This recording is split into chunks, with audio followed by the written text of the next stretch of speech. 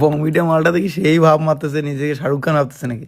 না ভাই, সেরকম ভাব মারার কিছু না, তোমরা ভালোবাসা দাও। আর আমি প্রতিটা ইউটিউবারকে বলবো, যারা নতুন শুরু করেছো, তোমরাও একদিন এই জায়গাটা আসতে পারবে, যে জায়গায় বংমিটাকে তোমরা নিয়ে গেছো। আর আমি বলবো আমার থেকে তোমরা আরো ভালো জায়গায় যাও, কারণ আমার থেকে অনেক ট্যালেন্টেড ইউটিউবার আছে যাদের এখন ফলোয়ার নেই, কিন্তু ট্যালেন্ট কেউ লুকিয়ে রাখতে পারে না ভাই, আসন্ত কাল বেরিয়ে আসে।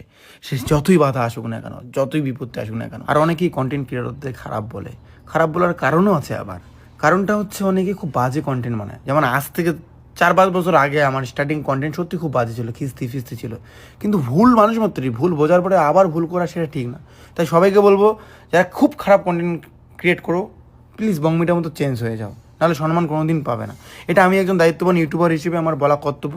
যারা মানবে মানো, ভাইরালের পাশাপাশি আমাদের সম্মানটাকে কামাতে হবে ভাই। এর পাশাপাশি আর একটা কথা বলবো, অনেকেই আছে যারা ইউটিউবারদের ডাইরেক্ট সাপ্রি বলে, ভালো কন্টেন্ট ক্রিয়েটরদেরও সাপ্রি বলে, নেগেটিভ কথা বলে। তাদেরকে বলবো, ইউটিউব ফেসবুক ছাড়া 7 দিন থাকতে পারবে? তারা নিজেই ইউটিউব ফেসবুক নিয়ে সারাদিন পড়ে থাকে, আর ওই ইউটিউবারদেরই সাপ্রি বলে এই পড়ে যাবে। আসলে কিছু মানুষের সবই আছে নেগেটিভ কথা বলা। যে আইডিটা দেখবে নেগেটিভ কমেন্ট করে, একবার ভিতরে গিয়ে ঢুকবে, ভেরিফাই করবে, সে সবসময় নেগেটিভ কথা বলে, ওটা ওর চরিত্র। সো কে কী বলে বলুক, কাউকে চরিত্র নিয়েও বলা ঠিক না, কে কী বলে বলুক সেটা ম্যাটার নয়। আবার যারা নেগেটিভ কথা বলে তাদেরকে ভুলেও যাবে না।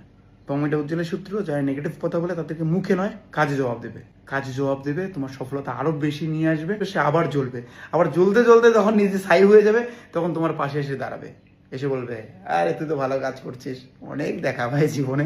আজকে এই কথাগুলো বলতে পারছি, একটা জায়গা করেছি, কিন্তু কালকে এই কথাগুলো না মূল্যহীন হয়ে যাবে যদি আমার এই জায়গাটা না থাকে। কপালের চাকা এরকম ভাই, আজকে কথা বলার দম আছে, এত মানুষ ভালোবাসে, কালকে নাও বাঁচতে পারে ভাই। পাবলিসিটি সবসময় সমান থাকে না, কপালের চাকা কোন দিকে ঘুরবে কেউ জানে না, কিন্তু সেই কপালের চাকাটা কিন্তু নিজের মধ্যে কন্ট্রোল হয়, নিজের পরিশ্রম, নিজের সততার উপরে। তো সেই কপালের চাকা নিজেকে কন্ট্রোল করতে হবে।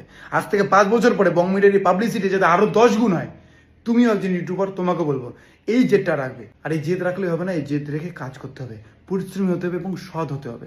তুমি ঈশ্বর মানো, আল্লাহ মানো, না মানলে কিছু বলার নেই, আমি খুব মানি। তো সেই ঈশ্বরের কথা কি জানো, সৎ পথে যদি তুমি কাজ করো না, আচরণত কাল তুমি সফল হবেই, সত্যের জয় শেষে। বেশি ডায়লগ মারতেছি, মানে একটু ফলোয়ার হয়ে গেছে জন্য বেশি বেশি ডায়লগ মারিস। যাই হোক, এসব বাদ। এখন আমাদের ওপেনিংয়ে ইদিগাদি আসছে, আরও অনেকেই আসে, সেই মোমেন্টটা দেখো।